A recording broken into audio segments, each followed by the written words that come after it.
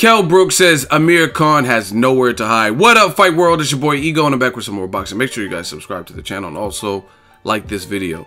Now, Special K Brook, I like him as a fighter, very skilled. He went up and held his own versus Gennady Golovkin. An unfortunate eye injury and the constant pressure from the bigger guy and skilled fighter in Golovkin was able to stop him, corner stoppage, and he's been on the sidelines since, dealing with the surgery and healing.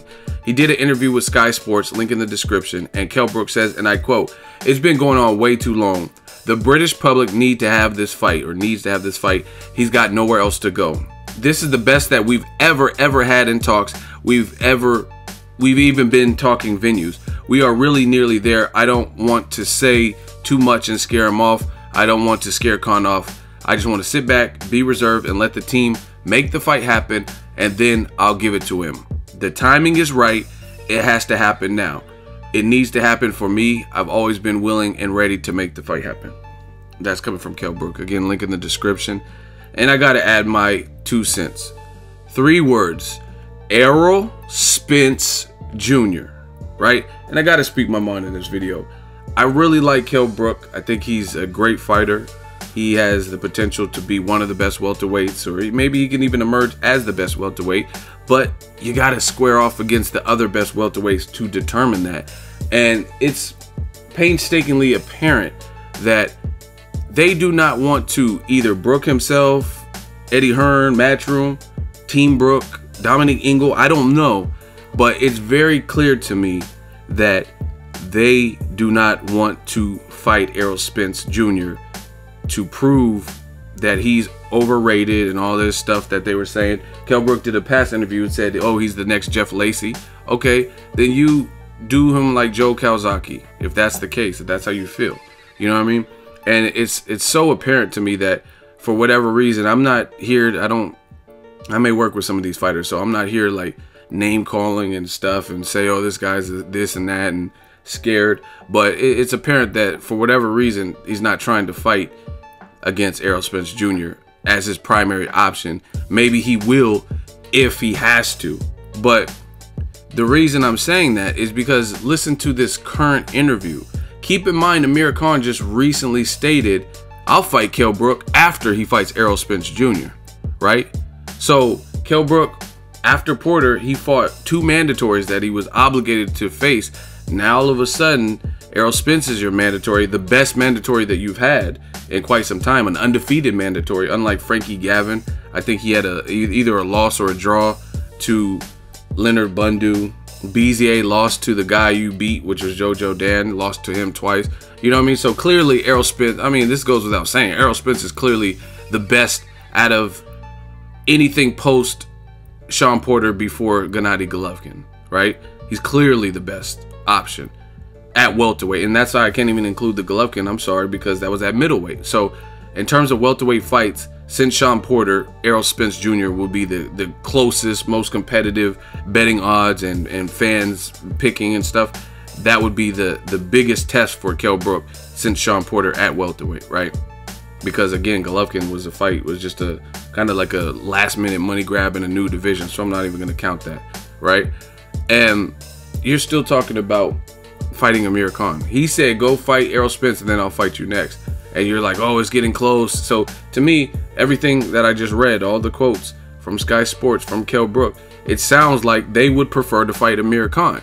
Now, I'm big into psychology, even took some college courses in it. And you got to look at the psychology behind it. He's saying Amir Khan this, he's got nowhere to hide. This is the best we've ever been. The talks have gone the furthest with this particular negotiations. That's fine and dandy. I understand he wants the fight and he's wanted the fight. And I believe Amir Khan, in my opinion, ducked the fight in the past. However, you got to look at you guys both, and what I mean by you guys, Kell Brook and Amir Khan, both elected to go outside of the welterweight division to fight bigger, stronger guys in basically a division and a half to 2 divisions higher. Move up 11 or 13-ish pounds to fight bigger, strong guys that are good fighters, Canelo and Triple G. And you guys both lost via knockout. And, you know what I mean, you have to deal with that career loss. And it's at this point that Kell Brook says he wants to come back to fight Amir Khan. He's coming off, obviously the Amir Khan knockout to Canelo was far worse than Triple G, because Triple G never at least knocked Kell Brook down, never knocked him down, never knocked him out like where he was like literally unconscious. Like Amir Khan had his eyes open and he was like, you could tell he didn't have his senses. He was gone. He was out snoring, sleep. You know what I mean? So obviously we know which was the more devastating knockout, and Kell Brook is still pushing for the fight right now. I've told you guys, and I'm going to remain consistent on the same issue. You had no problem fighting the mandatories. Just fight Errol Spence Jr. And if he's Jeff Lacey and you can mow through him or just beat him in general, then fight Khan. I have no problem with that. But I personally wanted to see the Brook-Khan-Brook fight for the longest, right? I even did the duck list and said Amir Khan was ducking Kell Brook and stuff. Very fair, very consistent on my channel. I have no issue with any of these fighters on a personal level. I just call it how I see. Like Floyd said, I call a spade. And with the timing, you guys both chose to go outside of the welterweight world to fight bigger, stronger guys where you were the heavy underdog. And Khan and Brook both stated like, oh, I like this. I like being the underdog and stuff like that. You both came up short. Now you're trying to go back to the division. And even Khan too, you gotta look at Khan's actions. Khan at first had no interest in fighting Kell Brook. He kept thinking, I remember when they were ringside on Sky Sports. See, I've been reporting on boxing far too long, and I have a good memory. But when they were on Sky Sports, that ringside, they were side by side talking about the early days sparring and what happened, what really happened, Kell. And they're next to each other and they're talking about a fight. This was before the Sean Porter fight for Kell Brook. And Amir Khan said on that show, you guys could do the research, but he said on that show, fight a name, fight for a title. Your resume is trash, basically. You're fighting Carson Jones and guys like that. Fight for a world title, fight someone notable, and then I'll fight you. Kell Brook did that. He fought Sean Porter, notable, undefeated, and Sean Porter had beat Devin Alexander, and he became IBF champion. And then Amir Khan was still kind of like backpedaling, saying, oh, Kell still has to do more. He has to fight more people. I'm taking all the wear and tear. He has to do more, right? And Kell Brook kept fighting his mandatories, got stabbed and all these things. Amir Khan was saying, oh, he's just being too disrespectful. I have the tape, and I'll probably insert it in this video. And Amir Khan specifically told me, I don't think the Kell Brook fight will happen. I think it's gone past. That ship has sailed. That's what he told me. Like, looking at me, it's on tape, right? And now all of a sudden, you guys both lose via knockout, and this is maybe a fight that's going to happen. So to me, I don't even want to see it right away. If the fight has already lost some of its luster to me, because I wanted to see it when Kell Brook was a champion, which he still is, but he's not an undefeated champion. We already know Amir Khan lost to Danny Garcia and Bradis Prescott. I mean, there's nothing anyone could do to reverse time in those situations. But Amir Khan still had enough of a run where he hadn't lost in a few fights. You know what I mean? He fought against Carlos Molina, his first fight after the Danny Garcia. Molina moved up, I believe, from 35 to 40. Khan destroyed him. He fought Julio Diaz. I don't think Khan looked great in that fight. He got knocked down, but he clearly won the fight, right? Then he moves to the full welterweight. He looked good against Collazo, looked sharp, looked fast. That, in my opinion, was the best physique that I've seen from Amir Khan in his whole welterweight or higher run. He was in damn good shape, pause, for the Collazo bout. He knocked Collazo down and hurt him. It looked like knocked him down 3 times. Looked great. He looked very sharp, like dangerously sharp against Devin Alexander, right? See, this is all off the top. I told you guys my memory is pretty good. I'm not looking on BoxRec or Wikipedia. This is just going off of the chronological order of the timeline in my head. He fought Devin Alexander, blazing speed. And that way, at the time, Devin Alexander has since kind of regressed and lost to other people like Aaron Martinez or whatever. But at that time, Devin Alexander was considered still a slick southpaw, good experience with fighting Bradley, fighting Sean Porter, and that was a 50-50 fight. A lot of people had that fight split, and then Khan showed separation in that fight. Then Khan turns around, fights Chris Algieri coming off the Pacquiao loss, 6 knockdowns, doesn't look great in that fight, and then he waits a year and then fights Canelo at a higher weight and whatnot. So again, if the Canelo fight never happened and the Triple G fight not happened, then the stage would still be good, because even though Amir Khan has had some kind of rough performances, like I would say the Julio Diaz fight was kind of rough. It wasn't, you got knocked down by a lightweight, a career lightweight at a catchweight, and he got buckled in the first round versus Chris Algieri, and it was probably a closer fight than it should have been, considering that Chris Algieri is not known for the style he was fighting Amir Khan, and he had a new trainer, John David Jackson, so it was their first fight together. Chris Algieri was fighting super aggressive, and you know, Amir Khan's a silver medalist, but he still also in that run since Danny Garcia had spectacular performances where he looked really sharp and really dangerous, and that was the fight with Luis Collazo, like I said, and Devin Alexander. So before they both moved up to fight bigger guys, the fight still made a lot of sense to me, because Khan, even in those suspect performances against Chris Algieri or Julio Diaz, and the Julio Diaz, that one's at a catchweight, so that wasn't even at the full welterweight. But so really the only welterweight, the true welterweight 147 fight where he didn't look that great was against Chris Algieri, and maybe got surprised by game plan. But the Kell Brook still would have made sense, because Kell Brook would have been unbeaten before he fought Golovkin. He was undefeated, and Amir Khan was on a win streak. But that is no longer the case, because Khan got brutally knocked out in his very last fight, and now Kell Brook is still pushing for the fight. You know what I mean? Let the dude get his bearings back. If I was Amir Khan's people or Virgil Hunter, I would take a tune-up. He's coming off of an injury. He just had surgery. He's had another long layoff. You think about it, Khan is normally a lot more active than this. You know what I mean? But Khan kind of messed up his career a little bit in terms of playing the waiting game. He was supposed to fight Devin. See, this is, now you guys got me going, and this is all off memory. Khan was supposed to fight Devin Alexander way before he actually fought him. The fight was already scheduled, it was on the books, and then Khan was under the impression that Floyd Mayweather was going to give him a Mayweather shot. He's like, oh, Mayweather, I think I feel like I'm strong, big, and I can beat him, and I'm going to knock him out. And all, he was saying all this, right? And then he waited all this time trying to get a Mayweather or a damn Pacquiao fight, and that was just a lot of time that elapsed. Then he fought Chris Algieri, another long layoff. I think he might have been trying to get a Pacquiao fight in Britain or something. Bob Arum was acting like he was entertaining that. And then he finally comes back, and it seems like out of desperation for a big fight, he fights Canelo, who's clearly way bigger than him, in a newer division, no rehydration clause, and he does good. I had him win the first 4 rounds. And then as soon as he slowed up and started to fatigue and be a little bit more flat-footed in front of Canelo, it was lights out. And to me, that's not what I want to see. If Khan and Brook fight, that's not what I want to see. Both of them coming off of stoppage losses, right? At least Brook, in his loss, he wasn't laying on his back like that. You know what I'm saying? So him versus Errol Spence Jr. is still a really good match, because Kell Brook moved up all this weight against the most ferocious puncher who actually sits guys down and never got knocked down.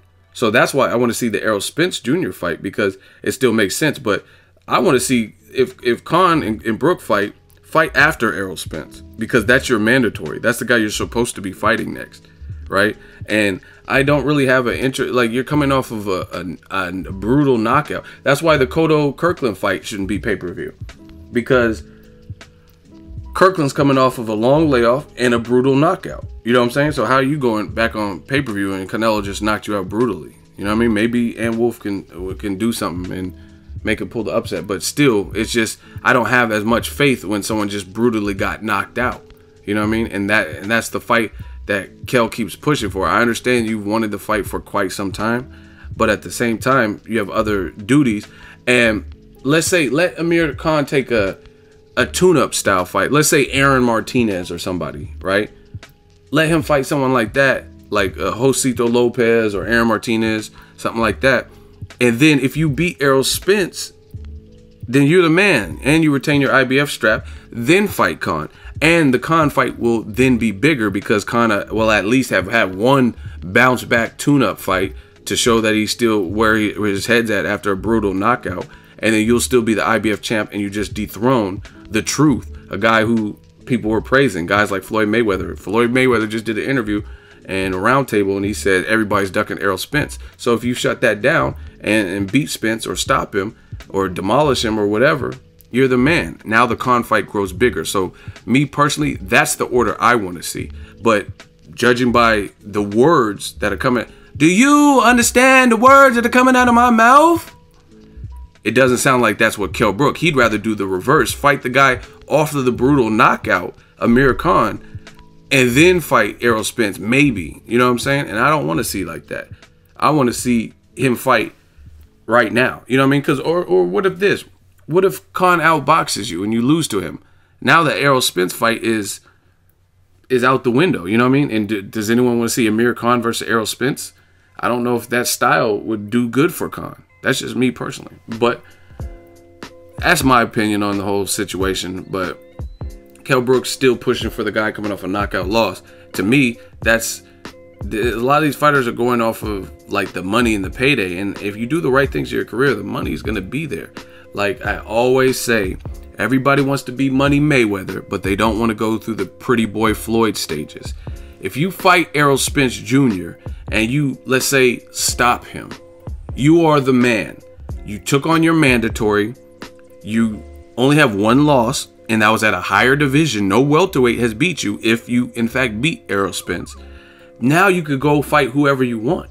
You could fight Amir Khan, and no one's going to trip. You just knocked out the division's boogeyman that no one else wants to fight. So you don't think the Amir Khan fight will grow bigger in Britain?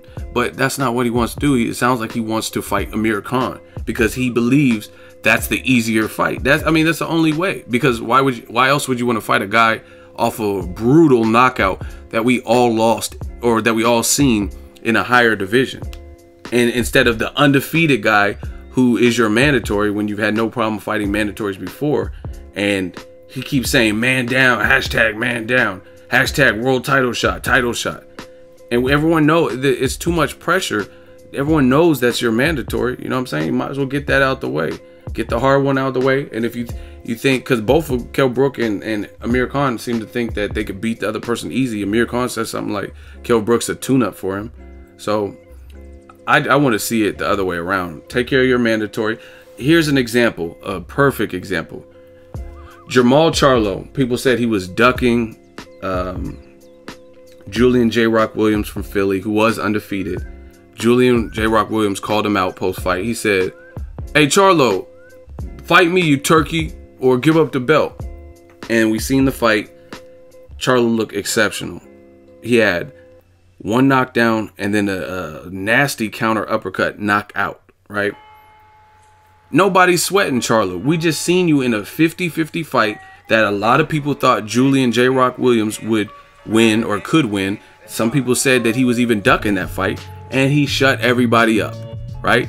This is the same exact thing that Errol Spence and Kell Brook, or Kell Brook really, has the opportunity to do.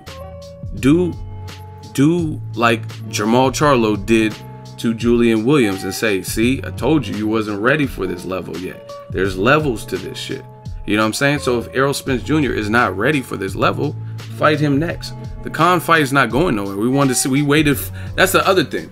We already waited like 4 years for the Khan fight or whatever and seen all this back and forth in the media. So what's waiting till the end of this year? You know what I'm saying?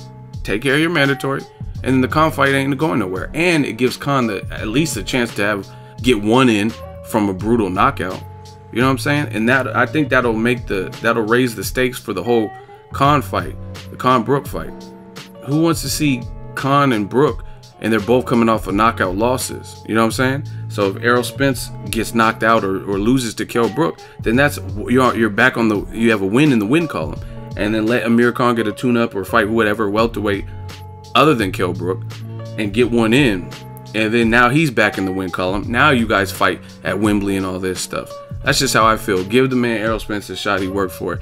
Man down, hashtag man down. Let me know what you guys think. Drop it in the comment section. Make sure you share the video, like the video as always. Hey, comment, and subscribe. Till next video, as Ego sign off. So if you enjoyed this video and want more content like this on the channel, you can show your appreciation by going to the PayPal donate button or the YouTube support button. And you can donate any amount that you feel is equivalent to the value of this video. Much more to come. Thank you guys for your support. Boxingego, the future of boxing.